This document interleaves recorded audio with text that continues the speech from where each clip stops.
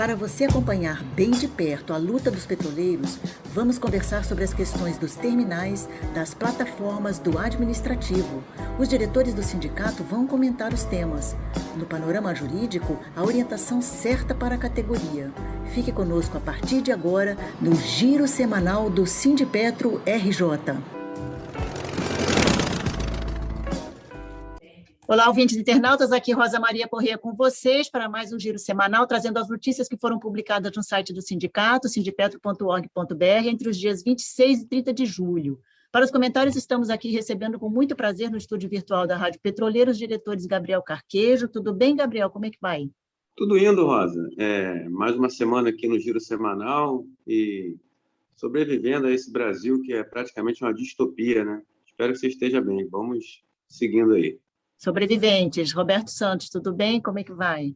E aí, tudo mais ou menos. E você, Rosa? Tudo indo, né? E Sérgio Paes, como é que estamos aí? Boa tarde a todos que nos ouvem, todas. É isso, nessa luta aí, mas eu acho que o pior já está próximo de acabar, né? Estamos nessa luta aí, se Deus quiser, vamos atingir aí com sucesso, é o nosso objetivo. Se estiver falando da Covid, pode ser. Não, eu tô falando do operador da Covid, o multiplicador de Covid que eu estou falando. Sim, porque esse governo aí está complicado. Vamos então ao Giro Semanal. Na segunda-feira, dia 26, noticiamos que a FNP está com ação tramitando na Justiça contra a venda da Petrobras Biocombustível, porque a transação viola princípios e possibilita negociação ilícita. A matéria também detalha a venda absurda da BS Bios, que fechou 2020 com lucro de 5 bilhões, mais de 5 bilhões, e a Petrobras entregou a metade da empresa por apenas 319 milhões. Gabriel Carquejo. Pois é, Rosa. A FNP está com essa ação, né, contra a venda da PBio.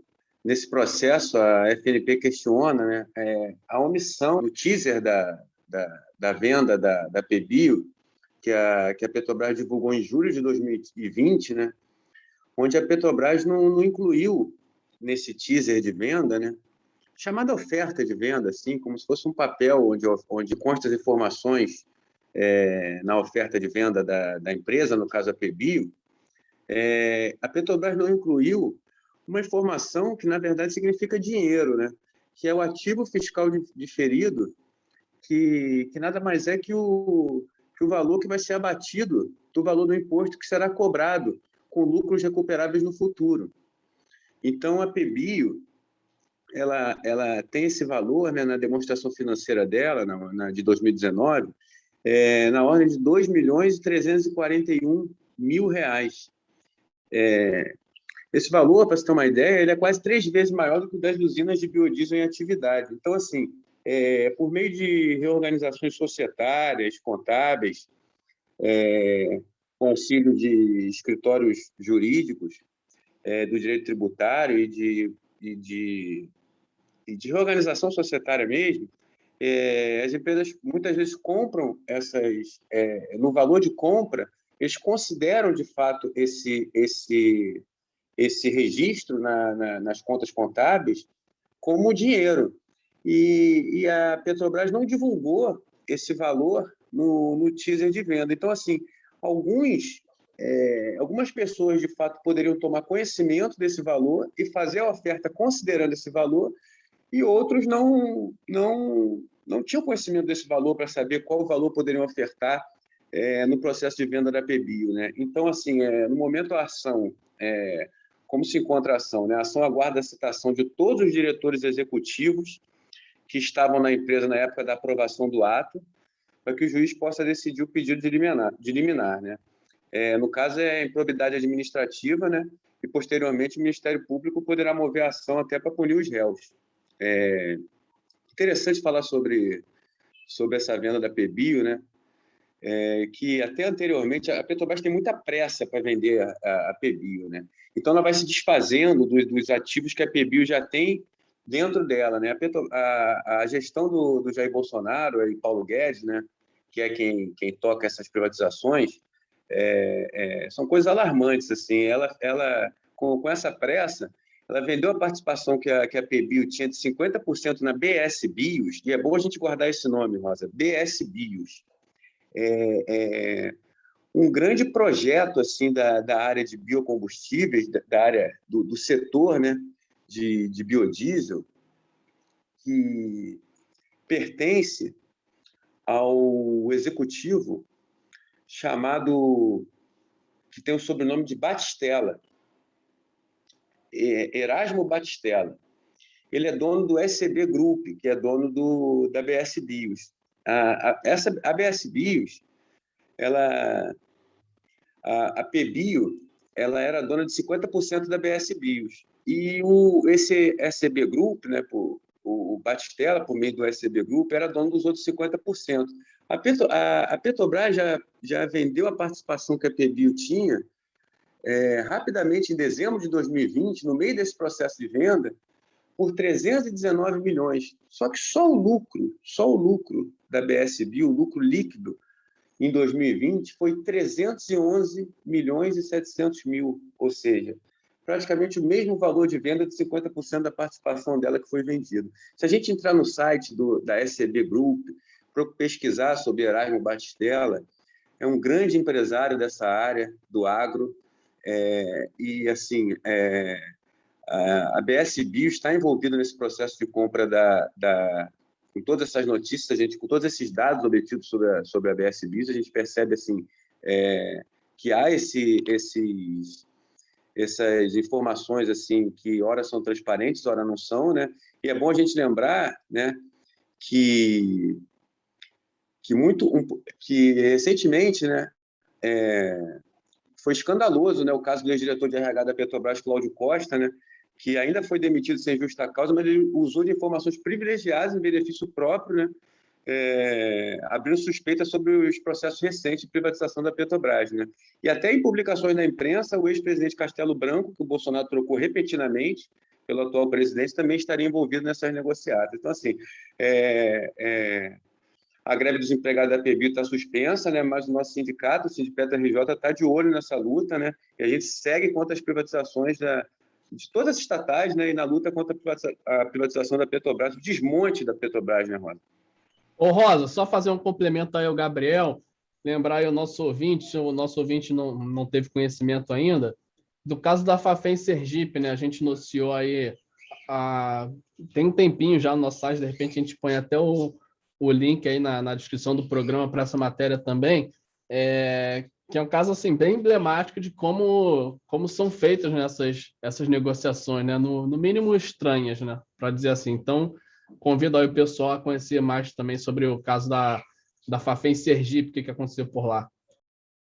Beleza, complementando também, Roberto, vale lembrar também que isso é uma prática, né, recorrente nessas vendas todas dos ativos da Petrobras.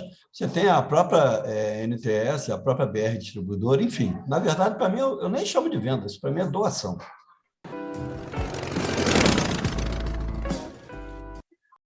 Bom, essa semana, dentro ainda aí desses últimos comentários, né, também publicamos matérias sobre um debate sobre o futuro dos biocombustíveis no Brasil, que foi transmitido ao vivo pelo YouTube, e um dos convidados, imaginem, Sandro Barreto, que é gerente de marketing da Petrobras, e ele disse com todas as letras que o refino é fundamental para o desenvolvimento do setor no país, e que a Petrobras tem tecnologia pronta com processos que nem toda refinaria pode fazer.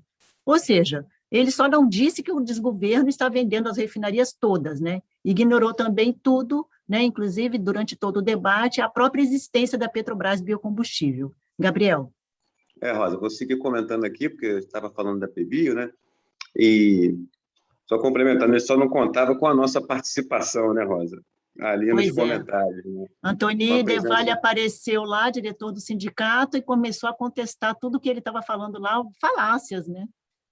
Exatamente, né? Com a presença do nosso diretor Antônio, que está acompanhando de perto, né? Dando suporte ali, direto ali aos empregados, né? Da PBio e a greve da PBio, né? Aqui pelo Rio de Janeiro. Assim, começou já um pouco desprestigiado esse debate, né? Sem a presença do Pietro Mendes, né? Que foi nomeado recentemente pelo governo Bolsonaro lá no cargo do Ministério de Minas e Energia, né? Para tocar essa secretaria aí petróleo, gás natural e biocombustíveis. Mas, assim, como você falou, né, muito interessante quando o executivo da Petrobras foi questionado sobre qual seria assim, a política de Estado, né, para expandir a produção de biocombustíveis no Brasil e como seria assim, um discurso mais afinado assim, com a questão dos valores futuros do carbono zero. Né? E aí ele dizia que é fundamental trocar a transição energética, né, a transição, né, do combustível fóssil para o biocombustível, né, e que para isso seria muito importante, frisou o tempo inteiro que seria importante aproveitar toda a estrutura que já existe no país, né, e principalmente exaltando o papel das refinarias, né. E aí, bom, como você falou, né, porque assim seria um pouco nosso questionamento não estaria completo se a gente dissesse assim, bom, isso não condiz quando a Petrobras está colocando no plano de negócio, né, se desfazer das refinarias, que alguém poderia contestar, não, mas outra pessoa vai tocar essas refinarias. A grande questão é que quem acompanha esse processo sabe que no plano de se desfazer das refinarias, há um longo trabalho de sucateamento dessas refinarias, de não colocar essas refinarias para operar a pleno funcionamento. Então, quando você entrega essas refinarias para o capital privado investir nessas refinarias, para que elas possam auxiliar nessa transição, nesse processo, essas refinarias vão ter que remunerar o capital privado. Então, alguém em sã consciência, como foi muito bem colocada a pergunta do Antoni, né? Alguém em sã consciência acredita que a população brasileira vai ser beneficiada com esse processo? Alguém está olhando para o povo com essa dinâmica, né, de sucateamento das refinarias, né? E outra coisa também que é muito importante, né, a Petrobras Biocombustível ela tem um olhar para o pequeno agricultor, né? Então, assim, será que vai continuar a ter esse olhar qualificado para o pequeno agricultor? E, principalmente também, né, se a Petrobras diz que vai se manter na área de biocombustíveis, né, mesmo se vender a PBio, ela vai se manter nessa área, como é que ela vai perder, vai se desfazer dos empregados, né? O quanto que ela vai perder em termos de conhecimento e capacidade de trabalho se vender esses trabalhadores juntos? Cadê o discurso sendo aplicado na prática? Então, assim, essas afirmações do Antoni Del Valle estão registrados, né, estão gravados nos comentários dessa live e, obviamente, não foram respondidos à altura. Complementando aí, Gabriel, exatamente a grande diferença do discurso para a prática, né? E o pior ainda, que tem muitos companheiras nossas de trabalho que acreditam nessas falácias aí, né, que a direção faz em relação a que a Petrobras tem que crescer e tal, e o caminho que eles tomam não é de crescimento nenhum, é crescimento só do bolso de empresários e de acionistas. Quem não estiver acreditando na cara de pau do gerente, o link para a live está lá na matéria. Na segunda-feira, também publicamos um artigo especial sobre terceirização, detalhando os problemas que as empresas contratadas pela Petrobras trazem aos trabalhadores, tanto aos terceirizados quanto aos empregados da própria Petrobras. São empresas que deixam de arcar com os pagamentos dos funcionários, não respeitam os direitos básicos dos trabalhadores, e a Petrobras, né, Roberto Santos, segue aí omissa com relação a todos esses problemas. Petrobras é a Transpetro, né, Rosa? Convido aí todo mundo a dar uma olhadinha, né, lá no texto que a gente publicou sobre terceirização. Acho que é uma reflexão bem legal, que acho que a gente tem que, de vez em quando a gente tem que parar um pouco, né, nossa vida é corrida, nosso ritmo, né, de vida é corrido, e a gente às vezes acaba por não parar e refletir sobre algumas coisas que às vezes estão aí colocadas como normais, entre aspas, vamos dizer assim.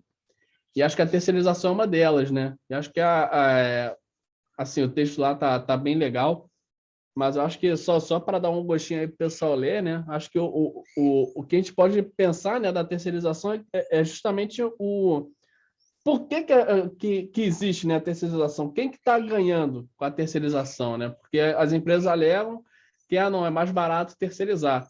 Mas, às vezes, a gente, fazendo as contas, não consegue chegar a essa conclusão. E é assim, uma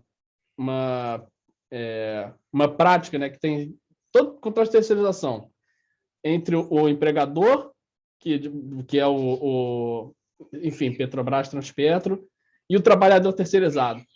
Sempre no meio desses dois atores tem um terceiro cara, que é um cara que, assim, é um atravessador ali que só está ganhando dinheiro. Assim, basicamente isso. E eu acho que a gente tem que questionar esse modelo de contratação, vamos dizer assim, né? Eu acho que tem até alguns casos que a gente pode até legitimar a terceirização. Por exemplo, eu tenho uma empresa de fábrica de caixa de papelão, por exemplo, de pizza, caixa de papelão de pizza, tá bom. Aí eu quero soltar um foguete no espaço para botar um satélite lá por qualquer razão. Pô, eu não vou ter na minha empresa de caixa de papelão um setor especializado em soltar foguete. Então, eu terceirizo esse serviço. Nesse tipo de situação, eu até entendo que possa haver terceirização. Mas terceirização por um serviço de limpeza, que sempre vai ter serviço de limpeza na empresa, entendeu? Não é algo extraordinário, algo especial que aconteça. Não, a empresa suja tem que ter algum trabalhador ali para limpar. E, geralmente, eu citei pessoal da limpeza, geralmente eles são, invariavelmente, quem mais sofre com a terceirização no país.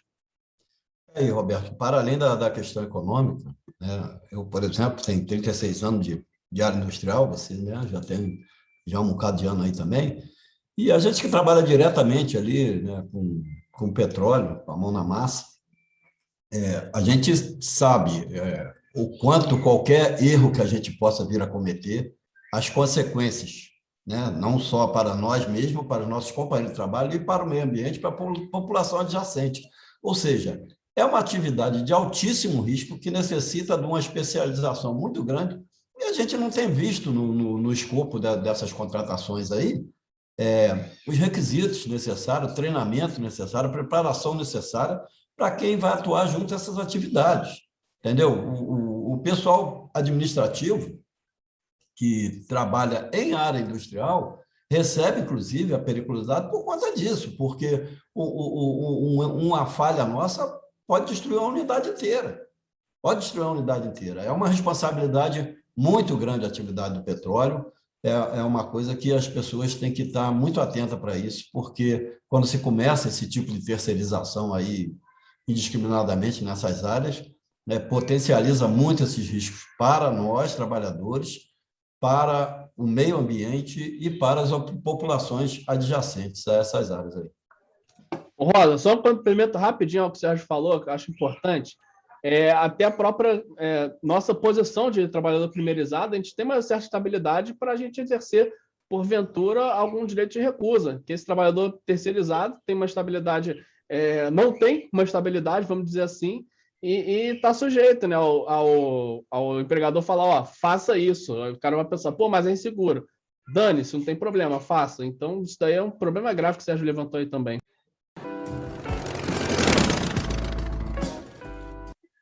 Na terça-feira, dia 27, publicamos que o Sindipetro RJ rechaça quaisquer orientações na Petrobras contra o correto procedimento no preenchimento de documento na troca de turnos no revezamento e está orientando os trabalhadores a fazerem a anotação verídica do tempo usado na troca de turno, ignorando ordens de gerentes que querem padronizar o tempo em 10 minutos. Roberto, isso está acontecendo fortemente nesse momento, por exemplo, nas plataformas. Exatamente, Rosa. Assim, a questão da troca de turno a gente falou em segurança, né, no comentário anterior, e a troca de turno tá muito ligada à segurança, né? Uma troca de turno bem feita, eu, Sérgio, trabalhando no turno aí, é essencial para a gente manter a segurança operacional das unidades, né? E assim, a troca de turno, assim, talvez, vamos lá, uma das consequências dela é a geração de hora extra. Isso daí não tem como. Eu trabalho 8 horas, agora os trabalhadores estão em 12 horas, enfim. Mas quando o outro trabalhador chega para render o turno, não tem jeito. Você tem que estender um pouco sua jornada para passar para o trabalhador o que está acontecendo. E, assim, está acontecendo uma pressão muito grande. Na própria Transpetro também, na Transpetro não é exatamente essa questão dos 10 minutos, mas está tendo pressão também para os trabalhadores fazendo a troca de turno rápido. E é simplesmente por isso, para a empresa economizar dinheiro, né? Aquele tipo de economia porca, né? Que a gente vê a companhia tentar fazer, né? E assim, vários acidentes aí, pode até citar o acidente mais famoso aí da Piper Alpha, né? Que uma das causas desse acidente foi a questão da troca de turno mal feita, assim, uma das causas, né? Então, assim, a empresa, para economizar dinheiro, ela se sujeita a acidentes, né? Assim, é muito grave, questão de a própria cultura, né, de segurança de SMS tanto da Petrobras quanto da Transpetro. Você já falou, né? Eu entrei na Transpetro em 2009. Eu entrei, tinha uma cultura de segurança que hoje está muito pior, né? E o pessoal mais da antiga, né? Não sei se o Sérgio pode me confirmar, o sentimento da rapaziada é o seguinte: a gente está chegando num nível de segurança, num nível de sucateamento, né? O Gabriel falou também de sucateamento, semelhante e aí eu falo pelo TABG, semelhante a níveis anteriores a 2000, que foi justamente quando teve aquele acidente, aquele vazamento na Baía de Guanabara, que a partir daquele vazamento, a cultura de segurança das empresas mudou radicalmente. E assim, na época que eu entrei, a gente tinha uma cultura de segurança boa, podemos dizer assim. Pelo menos comparando com agora, era ótima, excelente. E assim, sentimento da galera mais antiga é isso. A gente está esperando qual vai ser o próximo acidente. A gente espera que não seja o nosso turno, a gente não espera que ninguém morra. Mas pelo jeito que as empresas estão tratando a questão de segurança, esse é o destino aí que a gente espera. Exato, Roberto. Essa questão aí da segurança é fundamental. Eu lembro, por exemplo, quando eu entrei na operação da empresa, eu fiquei 2 anos, eu demorei 2 anos para poder andar sozinho na área industrial. 2 anos. Durante esses 2 anos, eu só andava acompanhado de pessoas mais experientes, com maior experiência, e você era avaliado permanentemente, né? 2 anos era o período mínimo para todos os novos empregados, porque é aquela questão, o nosso erro não tem volta. Um erro numa área industrial de petróleo, depois que o estrago está feito, você só consegue minimizar, mas não existe não ter o estrago. Nesse sentido aí, a troca de turno, eu posso te garantir, com todas as letras, buscar qualquer dado estatístico, minimamente, 90% dos acidentes e incidentes foram decorrentes de uma troca de turno mal feita. Por quê? Porque a troca de turno, você tem lá o registro de tudo que está acontecendo. Só que as peculiaridades, os detalhes, não tem como você detalhar, escrever, entendeu? Tudo exatamente. E é justamente na troca de turno que você vai passar todos os detalhes de tudo que está acontecendo. Quem está entrando vai te fazer as perguntas necessárias, as dúvidas que ele tiver, para assumir um serviço com segurança e tocar um turno com segurança. Então, essa questão da troca de turno é uma coisa fundamental. Eu lembro, há um tempo atrás, lá no TBIG mesmo, a gente tinha a prática de meia hora antes, meia hora depois da troca de turno, não se começava nenhuma operação. Não se começava nenhuma operação, justamente para você ter a segurança de se estar se preparando e fazendo uma boa passagem de turno, essa troca aí. E aí a gente vê, quer dizer, o que está acontecendo, na verdade, está chegando na ponta agora na empresa, né? O que acontece no bojo do governo. Você vê o Covid aí, a segurança, a política contrária à segurança que se aplica, né, no país todo em relação ao Covid, que foi praticado durante todo esse governo aí, agora está começando a chegar na ponta de trabalho aí, querendo implementar essa política maluca aí. Essa semana publicamos matéria especial exatamente sobre esse tema que a gente acabou de trazer aí no programa, sobre o dia 27 de julho, quando é marcado o Dia Nacional de Prevenção a Acidentes de Trabalho. Olha, um relatório divulgado pelo Ministério Público do Trabalho e pela Organização Internacional do Trabalho, o Brasil possui taxa alta de óbitos, com 6 mortes para cada 100 mil empregos. E em apenas 8 anos, nos últimos 8 anos, gastou mais de 100 bilhões de reais com a previdência por doenças e acidentes de trabalho. números gigantescos, muito surpreendentes nesse relatório que foi divulgado, né? O estudo foi feito basicamente também sobre o ano de 2020, quando, mesmo durante a pandemia, esses números não baixaram quase nada, né, Gabriel? Pois é, Rosa. E é importante também a gente destacar que, por diversos motivos, né? Entre eles o assédio, que eu acho que é o principal, muitos desses casos não são tratados como acidente de trabalho, né? Ou nem chegam às estatísticas, né?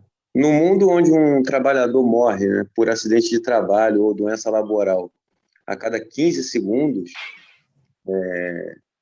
e nesse mundo complexo e sanguinário, né, do mundo do trabalho, o Brasil, nos países do G20, é o segundo pior país, fica em segundo lugar, vem após o México, né? A gente percebe como a gente está inserido num contexto complicado, né? Também vale a gente ressaltar dentro desse cenário o empenho, né? Que a gente até mencionou dessa forma no nosso site, o empenho do desgoverno em promover, né, essa contaminação da Covid-19, né? Porque em 2020 a gente teve 37 mil concessões de auxílio-doença por conta de afastamento do trabalho pela doença, né, pela Covid-19, Rosa. Um desdobramento desse estudo, assim, que quando a gente traz para o nosso trabalho aqui na Petrobras, vale a gente lembrar que a gente discutiu aqui em outros programas, né, as insistentes recusas da EOR, né? EOR é aquela estrutura organizacional de resposta que foi criada na Petrobras para tratar essas questões entre elas as questões relacionadas a acidentes de trabalho, onde a turma lá seguia atropelando os protocolos de prevenção à Covid-19, né? Então, a Petrobras passou a ser obrigada a emitir CAT por conta de empregado contaminado com Covid-19 na Petrobras, né? Os surtos nas plataformas, né, Rosa, são uma realidade já, né? Já afeta inúmeros petroleiros, familiares, e é importante a gente voltar a ressaltar aqui que essa vitória na justiça, né, que o Sindipetro obteve foi muito importante, porque principalmente para os trabalhadores embarcados, porque assim essa luta já vinha há muitos meses, né, e essa decisão, o fato dela ter impacto também nos casos do passado, mostra que a nossa vitória foi contundente, nosso argumento estava bem substanciado, e agora a gente segue discutindo, né, outras questões relacionadas ainda à Covid e à prevenção de acidentes de trabalho junto à Petrobras, e a nossa atuação vem tendo destaque nessas questões.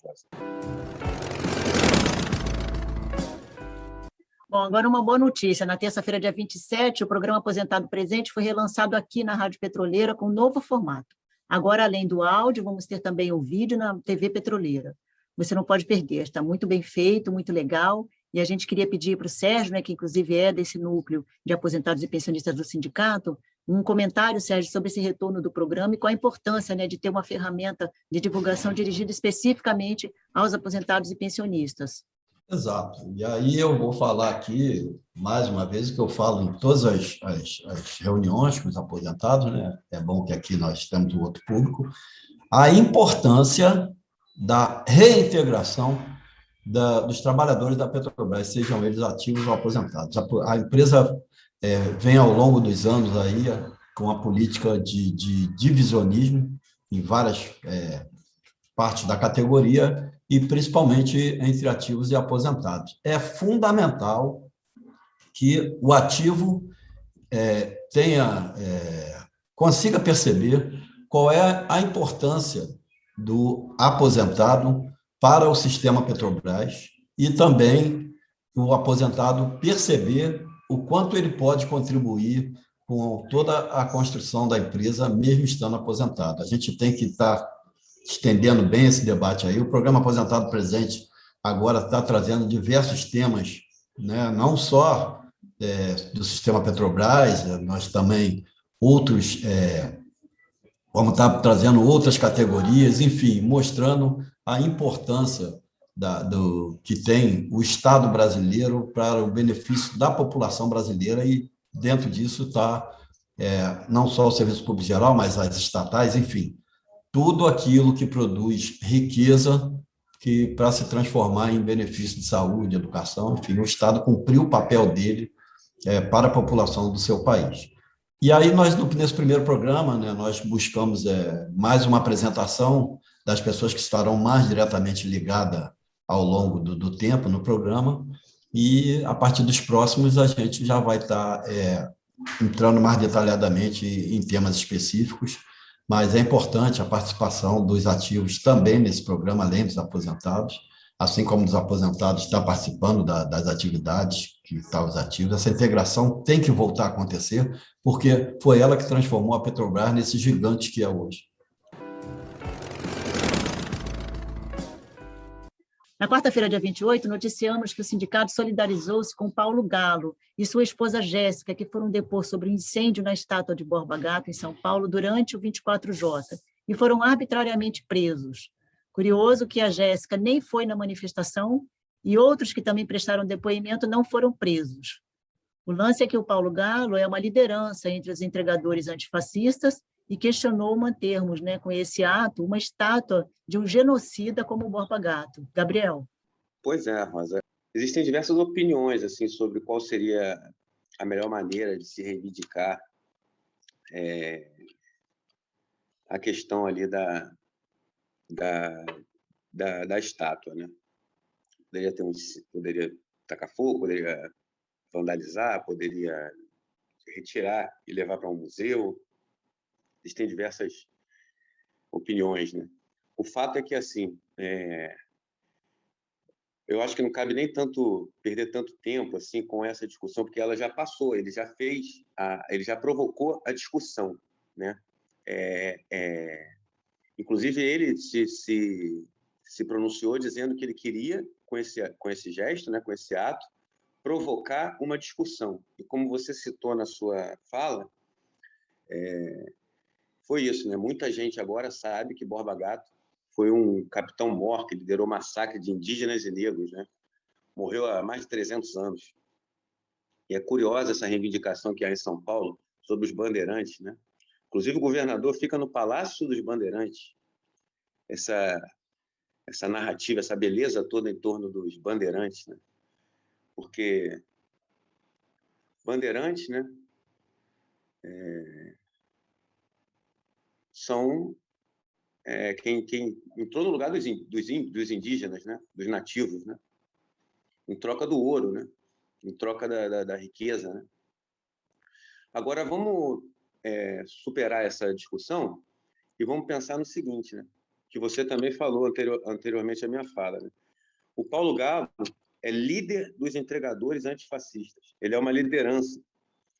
No momento onde a gente está reivindicando, fazendo manifestações organizadas pelas centrais sindicais, pelos movimentos, manifestações genuinamente à esquerda,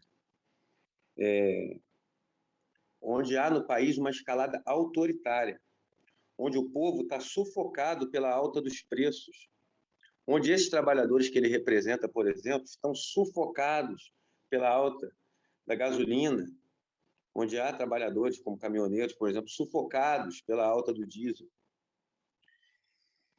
E com esse ato que ele quis provocar essa discussão, porque tudo isso que acontece hoje é fruto dessa escalada genocida lá de trás. E aí, por conta dessa escalada autoritária, em 2 ou 3 dias, é expedido um mandado de prisão por determinação do Supremo Tribunal Federal, inclusive contra a companheira dele, a esposa, Jéssica, que é mãe de uma criança de 3 anos. E a prisão dela vilipendia o seio familiar. É uma arbitrariedade, segundo alguns juristas, muito renomados, inclusive. que são as pessoas de esquerda, são muito qualificadas. Não são essas pessoas que estão nesse governo aí desqualificado, que não sei como sabemos como, né? A população brasileira deixou chegar onde chegou, né? Por conta de um preconceito de classe. Agora, e outras coisas mais também, né? Agora, continuando o que eu estava falando, essa escalada autoritária faz prender em 2 ou 3 dias o líder dos entregadores antifascistas. Agora, quem matou a Marielle está há 1.200 dias sem ser preso. Quem violenta uma mulher dentro da casa não é preso. Quem ameaça uma criança na rua não é preso. Então, a gente vive uma escalada autoritária no país. Então, é isso que essa prisão do Paulo Galo mostra. Peço até desculpa ao Paulo Galo, que é um economista bacana. É isso que a prisão do Paulo Galo mostra. Então, o Sindipetro publicou uma nota mostrando que é contra toda e qualquer arbitrariedade e se solidariza com Paulo Galo e Jéssica. Então, a gente botou a hashtag Liberdade para Galo e Jéssica, pede para que todo mundo... Eu desconheço um pouco essa questão, mas eu acho que é subir a hashtag Liberdade para Galo e Jéssica. E, como eu falei, assim, há uma discussão em torno do ato, né? Mas a partir disso que aconteceu agora, a gente tem outra discussão, a gente não tem que ficar perdendo tempo. Agora é discutir o que está acontecendo com esse companheiro, Paulo Galo, e dar todo o apoio a ele. Show de bola, Gabriel.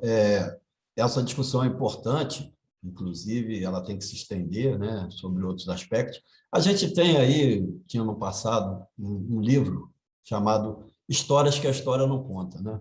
Que, segundo quem escreveu, seria o verdadeiro fato de muitas coisas que são distorcidas nos anais da nossa história aí. Eu tinha um professor professor de história no segundo grau, que ele passava isso tudo para a gente.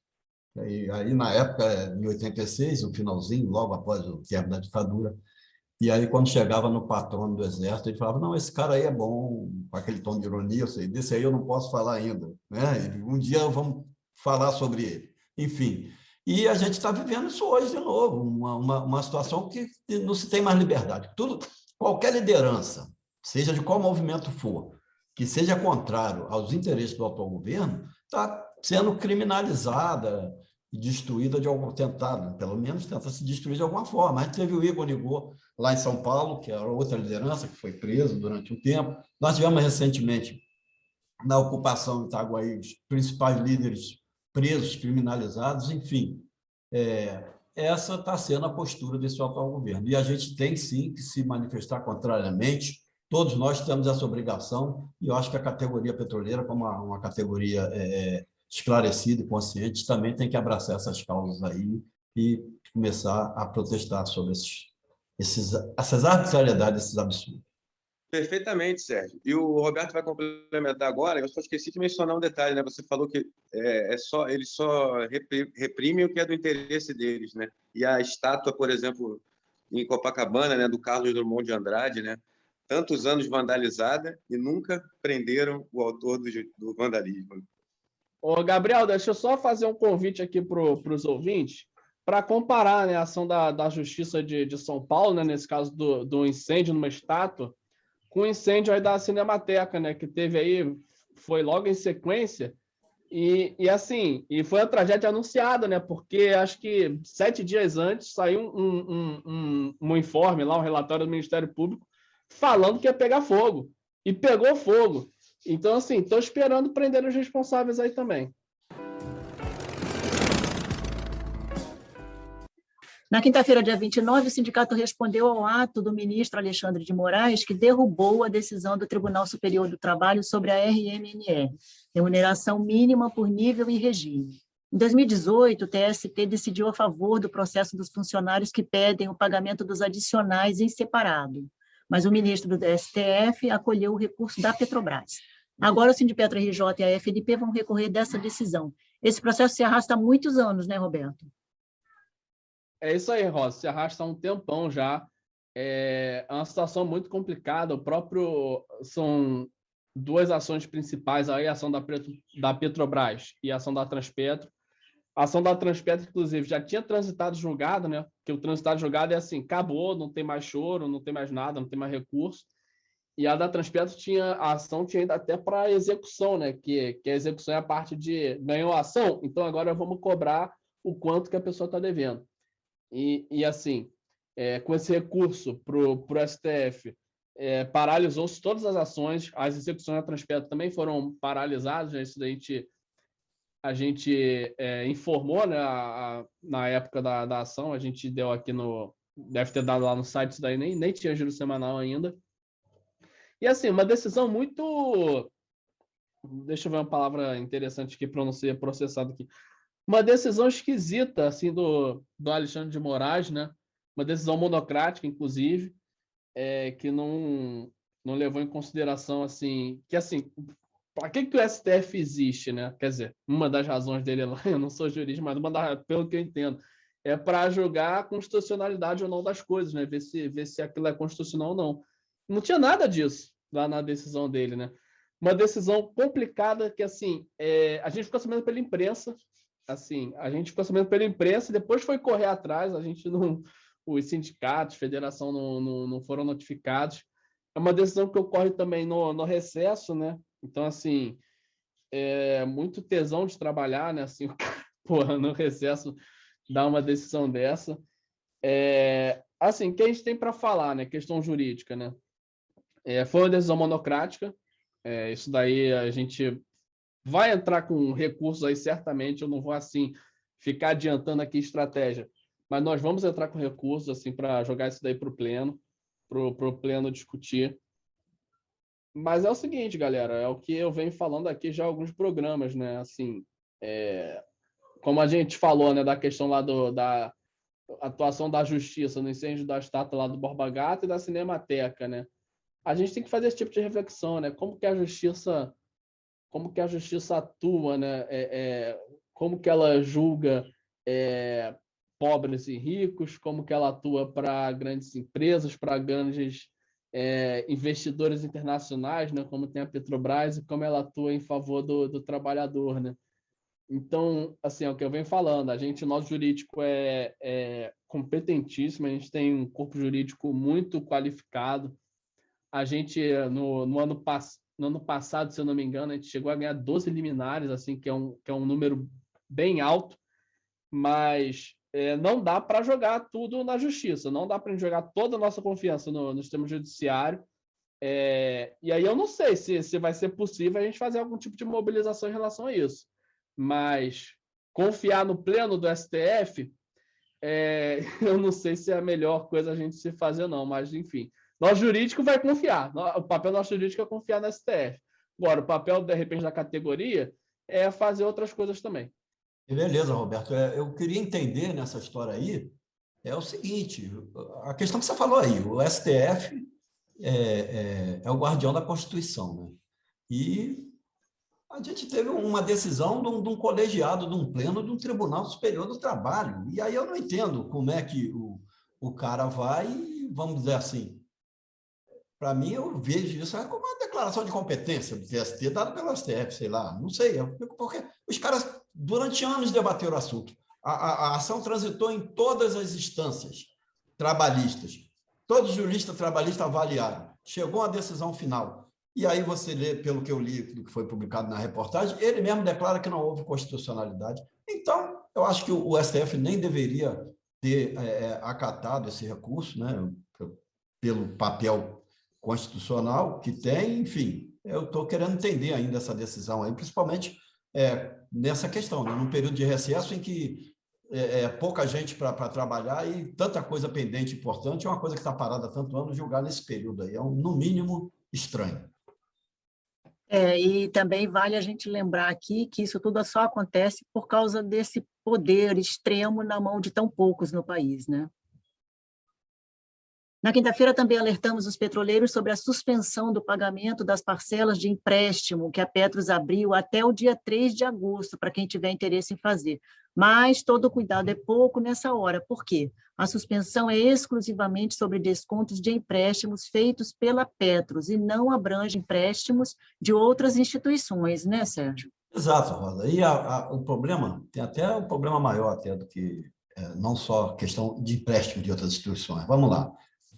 Você tem um limite de desconto, uma margem máxima que você pode efetuar desconto na sua folha. E aí, você suspende o pagamento de um empréstimo, que é devido, né? Para você pagar ele mais na frente, vai com certeza pagar algum juro a mais sobre isso, enfim. É apenas vamos dizer assim, o que seria um respiro durante um período, né? Para a pessoa dar uma respirada. Só que a gente tem visto na prática aí, descontos absurdos de PED, né, disso, daquilo, e não se vê essa preocupação em se preservar a saúde financeira do trabalhador. E aí eu falo para você, qual é a garantia que você tem que na hora que você suspender o seu empréstimo, não seja enfiado no lugar daquele empréstimo, por exemplo, uns descontos que estão represados, por exemplo, de AMS ou de alguma outra coisa. Ou seja, você vai trocar uma coisa que você vai pagar juro na frente por uma coisa que você só iria pagar quando tivesse numa condição mais favorável. Enfim, tem que se ter toda essa avaliação, todo esse cuidado aí na hora de aderir a essa suspensão.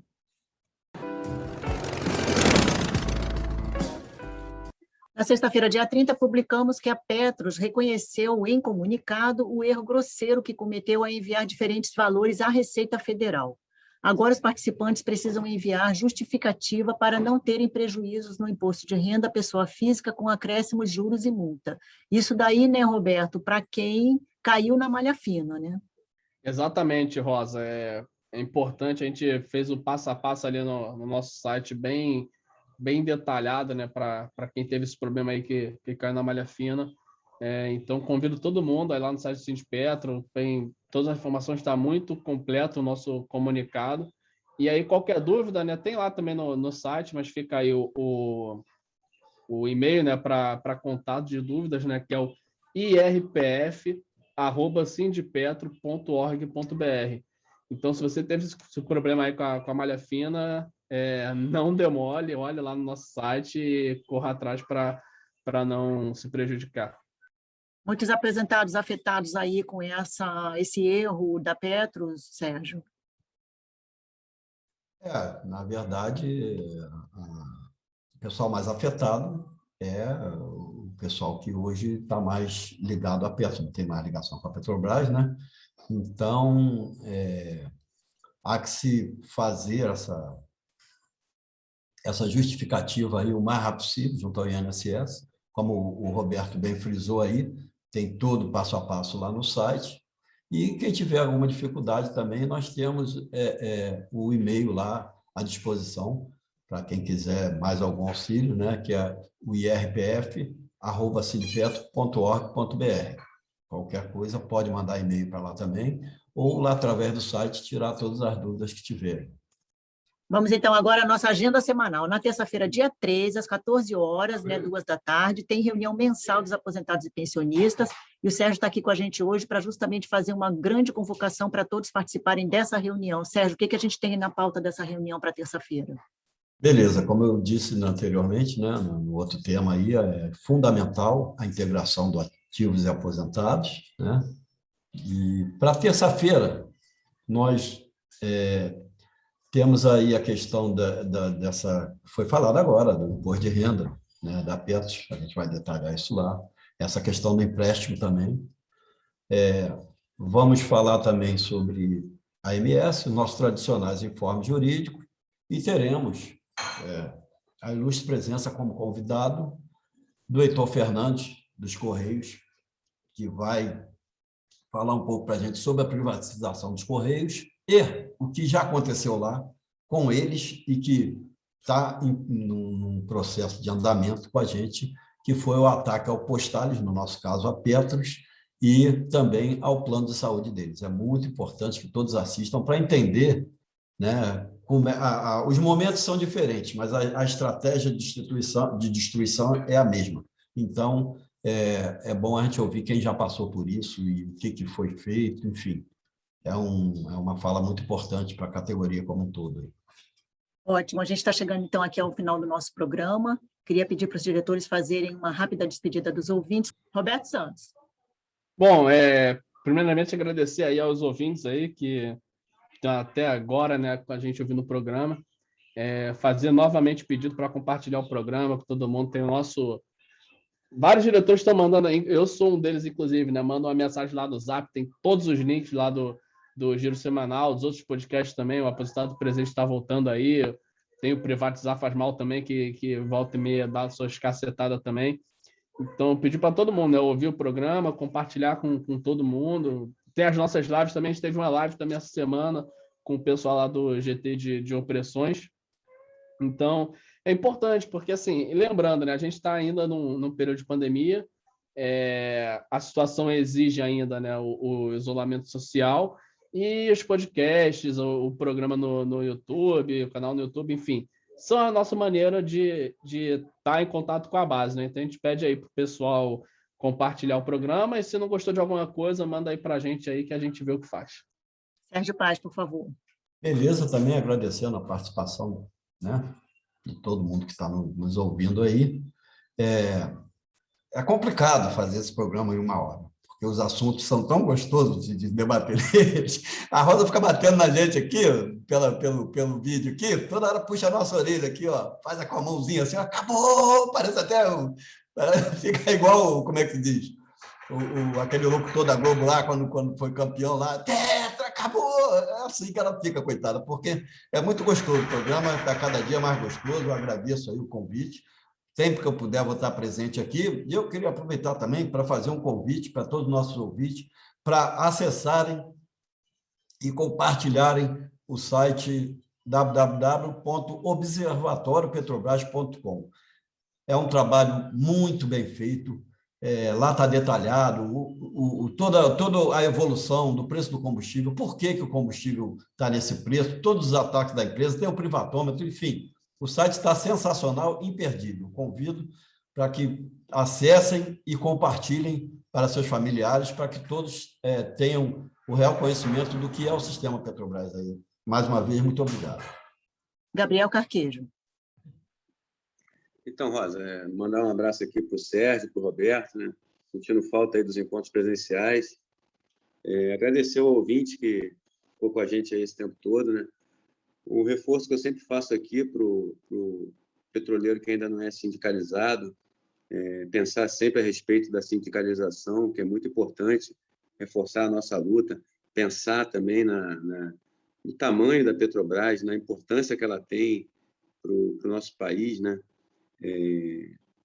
O peso que ela está tendo hoje com essa política de paridade dos preços, né, com o mercado internacional, com o peso que ela está tendo na crise que o país atravessa, né, na mesa do trabalhador, no alto custo, na inflação, enfim, e que a gente pode se unir para colocar em pauta as nossas reivindicações, e o sindicato representa os trabalhadores. Então, pedir para reforçar, compartilhar o material do Sindipetra RJ,